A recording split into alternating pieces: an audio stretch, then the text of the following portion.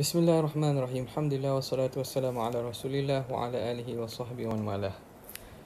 Kita sambung lagi perbincangan berkaitan dengan masalih mursalah pada tajuk Adillatul Qailina bil Masalihil Mursalah. Dalam ini kita akan lihat dalil-dalil yang dibawakan oleh golongan mereka yang berpegang, yang berkata dan juga menjadikan masalih mursalah ni sebagai salah satu daripada dalil syarak. Kata pengarang, inna syari'ata ma wudi'at illa li tahqiqi masalihil ibad. Syariat itu tidak diletakkan kecuali untuk mencapai maslahah hamba. Dalat ala dhalika, menunjukkan atas demikian itu nususus syariah, nas-nas syariat, wa ahkamuha, hukum-hukumnya al-mukhtalifatu, hukum-hukumnya yang pelbagai. Itu bukti bahawa syariat ini diletak untuk mencapai maslahat hamba. Fal akhdhu bil maslahatil mursalati, maka berpegang dan mengambil maslahah mursalah itu yattafiqu wa tabi'at syariah, bertepatan, menempati dengan tabiat syariat. Itu sesuai dengan tabiat syariat. Yattafiqu wa tabi'at syariah. Wa ni maksud ma'i ya, ma'iyah makna bertepatan dengan tabiat syariah. Wal asas alladhi qamat alaih, dan juga asas yang tertegaknya atasnya. Wal gharad alladhi ja'at min ajlihi, dan tujuan yang mana datang syariat kerana tujuan tersebut. Wa hadha qaulun haq, dan inilah pandangan yang benar. Sarha bihi ghair wahidin minal ulama, yang menerangkan dengan jelas bukan seorang sahaja di kalangan ulama, bahkan ramai. Fasyatibi, maka kata Imam Syatibi kata wasyari'atu ma wudi'at illa li tahqiqi masalihil ibad. Syariat itu tidak diletakkan kecuali bertujuan untuk mencapai maslahah hamba. Fil ajili wal ajil, pada ajil ni ialah segera, yakni dunia lah. Ajil ni merujuk kepada dunia, iaitu tempat segera. Wal ajil, ajil ni makna yang mendatang, iaitu akhirat. Maslahah hamba ni sama ada di dunia atau di akhirat. Wadar ilma fasid al-fasidi anhum, dan juga menghalang kefasidan, kerosakan daripada mereka. Wal faqih, dan juga antara lain ialah perkataan faqih asy-syuja', seorang faqih yang amat berani. Siapa dia? Al-Izz bin Abdussalam, sultanul ulama. Izzuddin ibn Abdussalam berkata, wasyari'atu kulluha masalihu, syariat kesemuanya itu maslahah. Imma dar'u mafasidah, sama ada menolakkan mafsadah, au jalbul masalihah, ataupun mendatangkan maslahah. Wa Ibnu Qayyim yaqul, dan Ibnu Qayyim pula berkata, inna syari'ata mabnaha, syariat itu mabnaha, binaannya, wa asasuha, dan asasnya, ala al-hikami, atas hikmat, wa masalihil ibad, dan juga maslahah hamba. Fil ma'ashi wal ma'ad, pada kehidupan dan juga pada hari kembalinya di akhirat nanti. Kehidupan ni makna dunia lah. Wahia adlun kulluha, kesemuanya itu adil. Syariat ini semua hukum-hukumnya, semua apa peraturan itu adil. Wa masalihu kulluha, kesemuanya maslahat. Wa hikmatun kulluha, kesemuanya hikmat. Fa kullu mas'alatin, setiap daripada masalah, kharajat anil adli, yang keluar daripada keadilan kepada al-jawr, kepada kezaliman.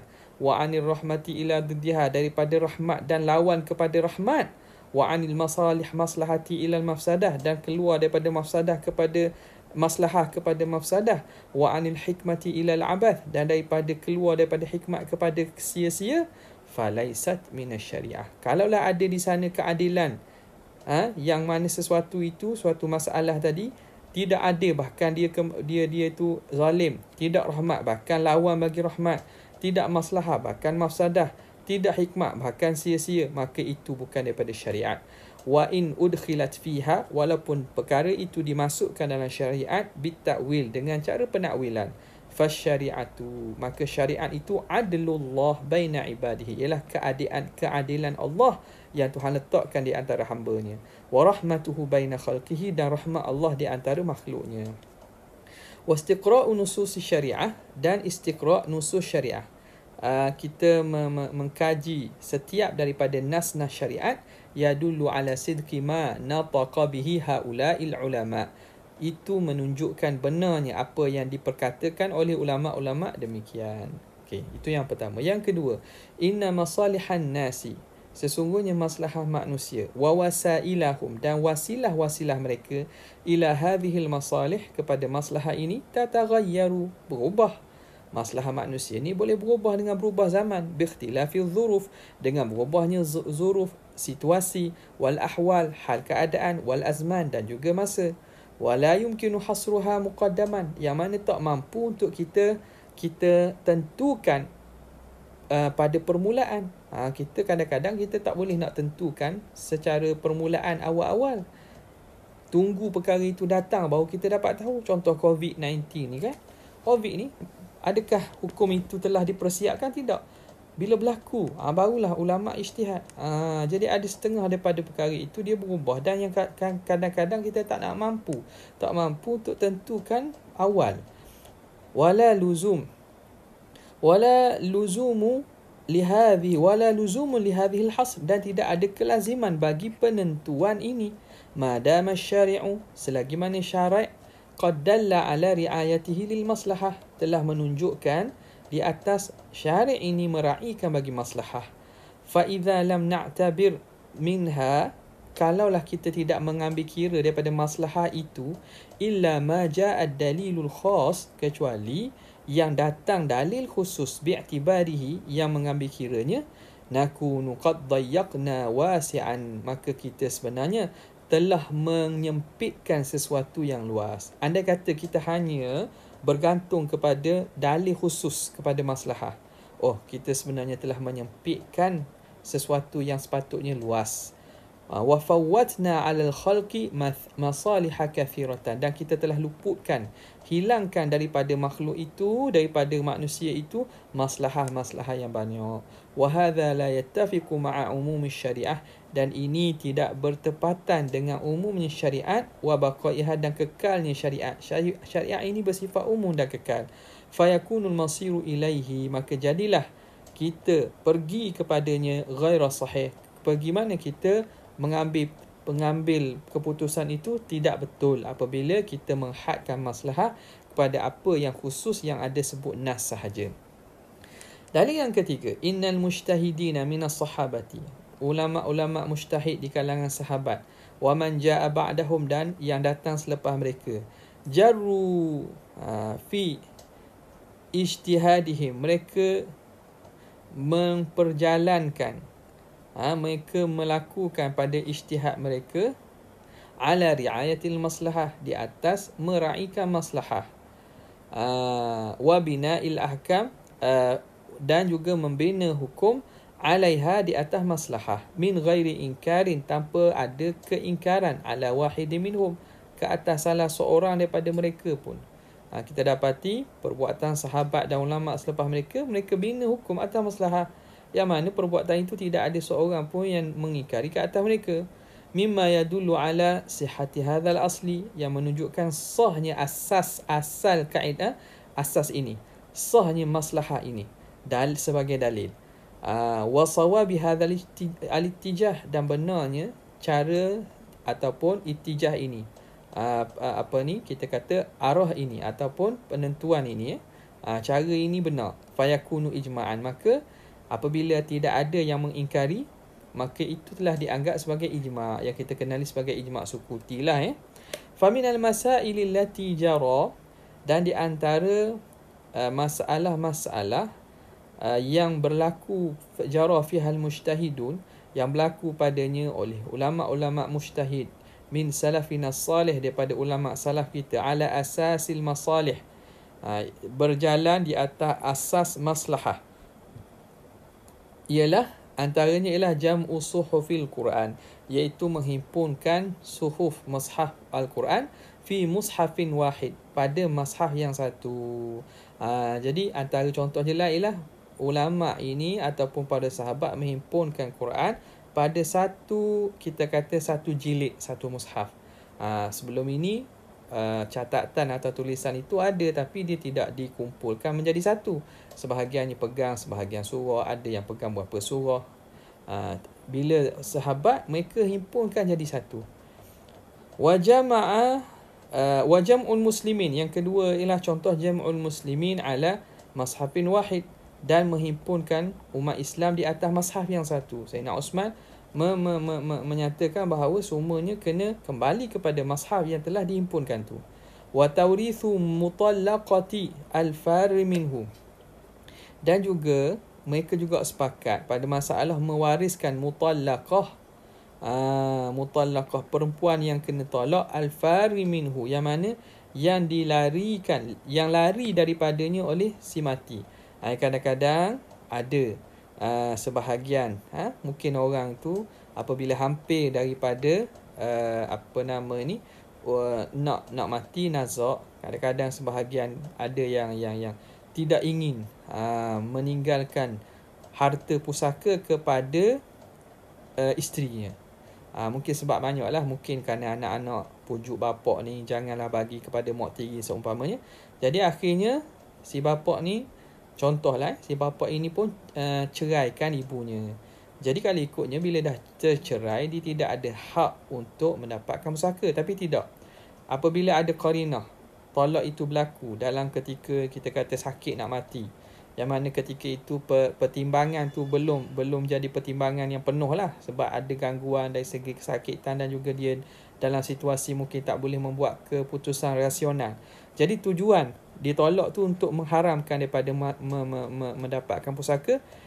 Maka para ulama ijtihad bahawa perempuan yang ditolak masih mendapat hak mewarisi pusaka. Taurif, mendapat waris. Mutallaqah, perempuan yang kena tolak. Al-fari minhu, yang lari daripadanya oleh suaminya. Suami dia nak tolak dia, tujuan tak nak beri pusaka, tapi syariat menghukumkan dengan sebaliknya. Uqiba bididdihi. Syariat menghukumkan bahawa dapat juga. Yang seterusnya, tadminus sunnah.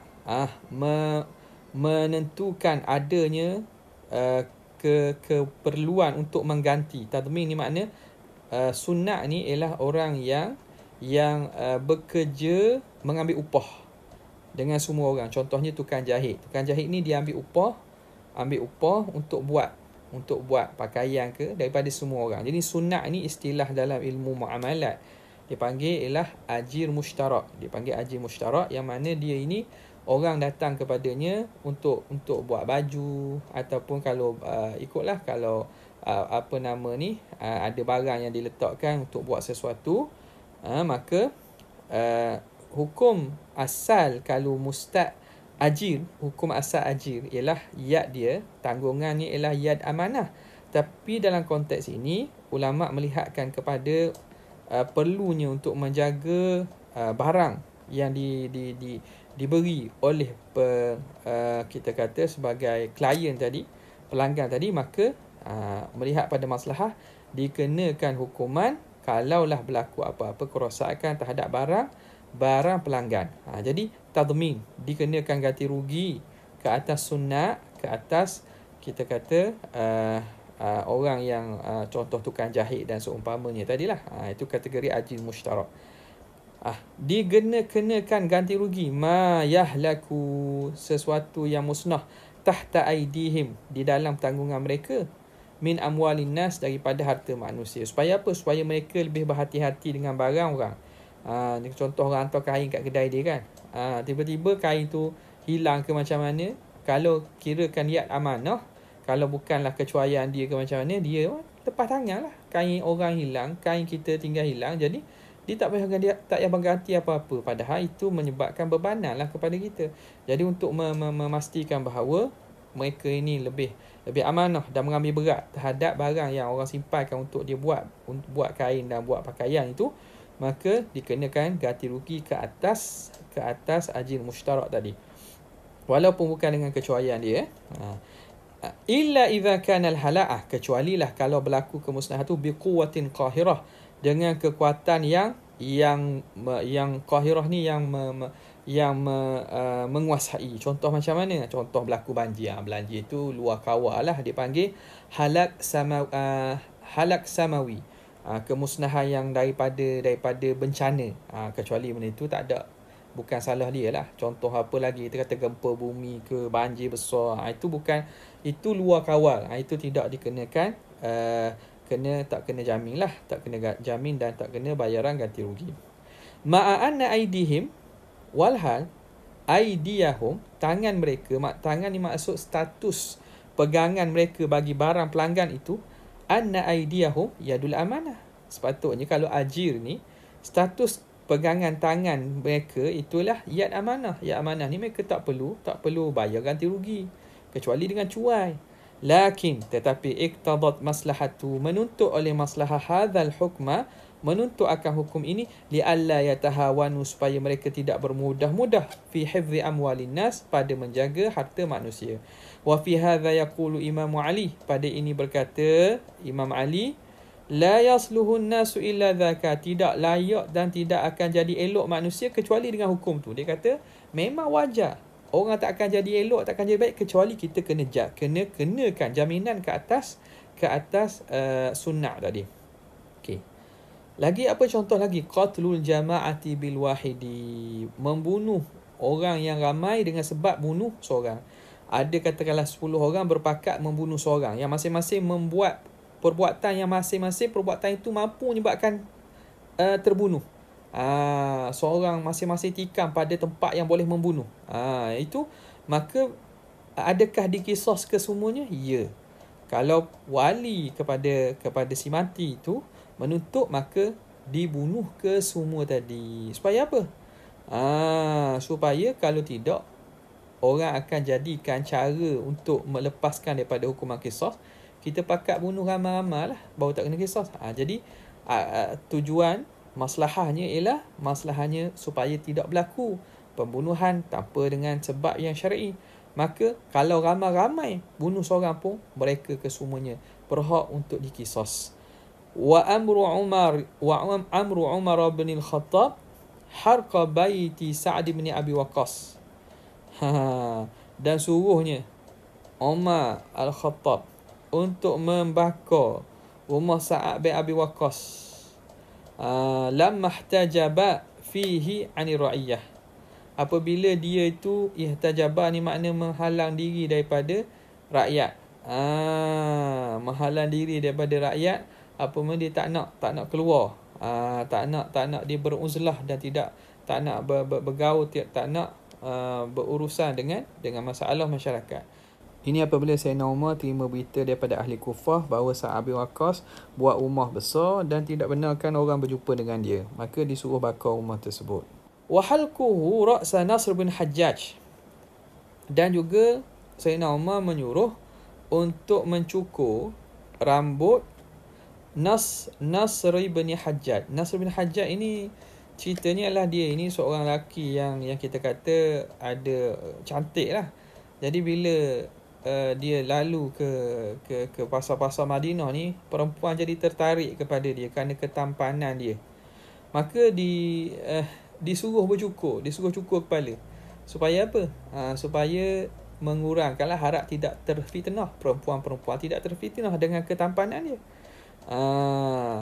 Wa nafyuhu minal Madinah, akhirnya bila cukur kepala pun masih juga tampan juga. Akhirnya Sayyidina Umar nafyuhu minal Madinah, dia halau maksudnya pulaukan, dia suruh duduk tempat lain lah, pulaukan daripada Madinah, litathbiti nisa'i bihi, litathbiti nisa'i bihi, kerana apa? Kerana tertariknya, terikatnya perempuan dengannya. Jadi takut jadi terfitnah wanita-wanita dengan ketampanan dan kekacakan dia. Akhirnya dia suruh pergi ke tempat lain.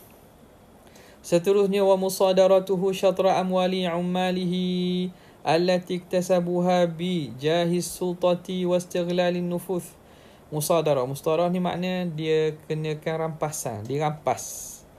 Syatra amwali ummalihi, separuh daripada harta ummal. Ummal ni pekerja-pekerja yang mana iktasabuha, mereka dapat harta itu bi jahis sultah, dengan kejah ni makna dengan kita kata sebab kedudukan dan juga kekuasaan, wastighlali nufus, dan mengambil peluang dengan mereka ada kuasa. Nufus ni ada kuasa, mereka pun dapat kekayaan. Maka Sayyidina Umar keluar ke arahan, hendaklah dirampas separuh harta. Wa ghairu dhalika kathiran jiddan, dan selain itu banyak sangatlah. Yatulu adduhu wa dhikruhu, panjanglah kalau kita nak bilang dan nak sebutnya. Okey, jadi itu sebahagian daripada dalil yang dibawa oleh golongan yang mengatakan bahawa maslahah musalah ini dalil daripada dalil syarak. Wallahu ta'ala a'la wa a'lam.